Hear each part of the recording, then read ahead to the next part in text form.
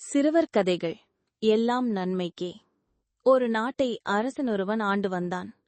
அந்நாட்டு அமைச்சர் எது நடந்தாலும் எல்லாம் நன்மைக்கே என்று சொல்வதை வழக்கமாக கொண்டிருந்தான். ஒரு நாள் இருவரும் பேசிக் கொண்டிருந்தார்கள். அப்பொழுது அரசன் மாம்பழம் ஒன்றை கத்தியால் அறுத்தான். தவறுதலாக கத்தி அவனின் சுண்டு விரலை அறுத்துவிட்டது. ரத்தம் வெளியேறி வலி தாங்க முடியாமல் அரசன் துடித்தான். வழக்கம்போல் அமைச்சர், அரசே, எல்லாம் நன்மைக்கே என்றான். இதைக் கேட்டு கோபமடைந்த அரசன், நான் விரல் வெட்டுப்பட்டு துடிக்கிறேன், எல்லாம் நன்மைக்கே என்று சொல்வதா? காவலர்களே, அமைச்சரை சிறையில் கொண்டு போய் அடைத்து விடுங்கள் என்று உத்தரவிட்டான்.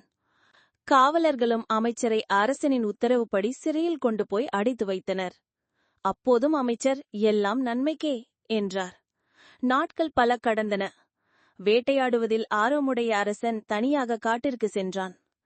அங்கே மலைவாசிகள் காளிக்கு பலி கொடுப்பதற்காக ஒருவனை தேடிக் கொண்டிருந்தனர். அவர்களிடம் அரசன் சிக்கிக் கொண்டான்.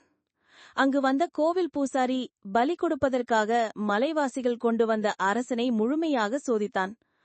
பின்பு காளிக்கு எந்த குறையுமில்லாதவனை மட்டுமே பலியிட முடியும். இவனோ சுண்டு விரல் பாதியாக உள்ளான்.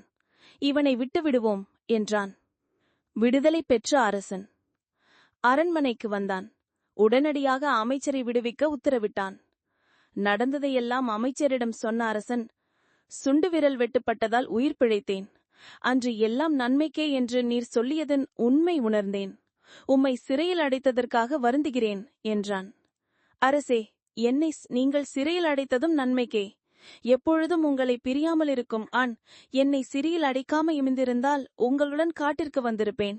அந்த மலைவாசிகள் என்னையும் உங்களுடன் சிறைப்படுத்தியிருப்பார்கள். விரல் வெட்டுப்பட்டதால் நீங்கள் உயிர் பிழைத்தீர்கள். எந்த குறையும் இல்லாத என்னை அவர்கள் பலியிட்டிருப்பார்கள். நீங்கள் என்னை சிறையில் அடைத்ததால் நான் உயிர் பிழைத்தேன். எல்லாம் நன்மைக்கே என்றார் அவர்.